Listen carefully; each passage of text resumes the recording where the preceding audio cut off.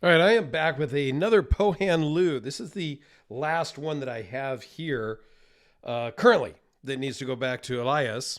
This is the Kyojin, Kyojin.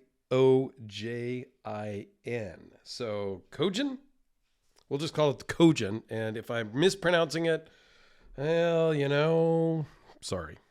It's a free video. You didn't pay to be here. So, there you go.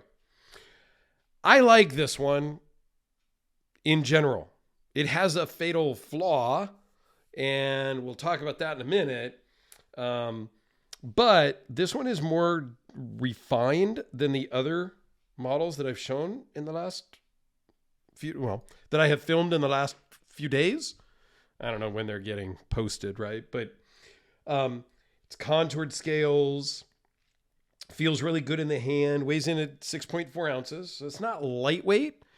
It's not ginormous. 8 inches overall once you get it open, if you can. 4.5 inches closed. That's the problem, is getting it open. There's your thumb stud on both sides. It's like literally touching the scales. Now, he is aware that this is a problem.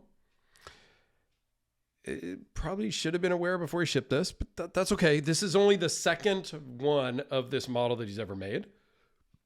So it is still very much a prototype. But yeah, it's hard to get in there. Let me zoom back out.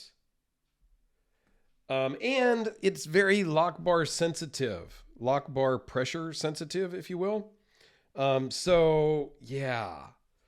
So for me, I basically put my finger off of the lock bar altogether, and you got to kind of dig your thumb into that thumb stud, and then it will fire. It's gotten easier for me over days of messing with it, but yeah, it's uncomfortable. It needs work, and he is working on it. Okay, that's all I can say. So it will get better in the future. So it's okay. But man, this thing in the hand feels really good. S35 VM blade, 3.53 inches. Now this is also, I believe it is the only model that he makes that is not a Scandi grind. So this actually has that secondary bevel. So the Scandi grind, it just goes from here all the way down to 0. Normal grind, and there's another name for it, but saber grind, I think. It's a flat ground here, and then there's a secondary bevel here at the very edge. That's the sharp cutting edge. So this is a flat grind here and a hollow grind here. The finish on this is very nice. Underlined last name because it is a prototype.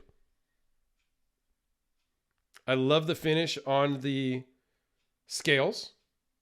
It's got that kind of battle-worn, don't worry about scratching it up type of look. And it just works.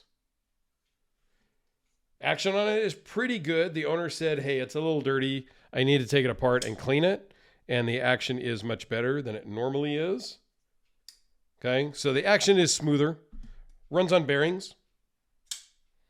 Yeah, that opening is just tough for me. Why? Like, yeah, I don't know, guys. I mean, I'm not a designer. I am not a builder. I am not a knife maker. But what I implore everybody to do when you're making a knife or a thing is test it. Ask your wife to test it. Ask your best friend to test it. Ask your next door neighbor to test it before you start selling things. Because a lot of times the pocket clip just doesn't work. You can't get the knife in your pocket. This pocket clip works great. Okay. But you got to be able to open it consistently, easily, without hurting your fingers and all of that jazz. But okay, so prototype version, I get it. You're making a new version and people are buying it as a prototype knowing that it's going to have some flaws. So I kind of looking past all of that on this guy, because the rest of it, once you get it open, this thing is really cool.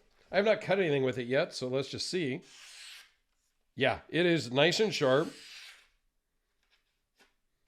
And even this front Tonto tip is not as sharp, but it is a, flat grind, not a hollow grind. So I would not expect it to be as slicey dicey, if you will.